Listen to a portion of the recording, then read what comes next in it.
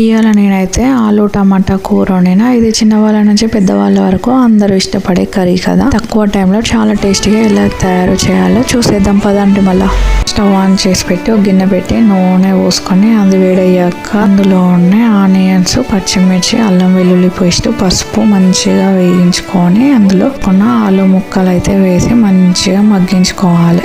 రుచి నిజంగా అద్భుతం.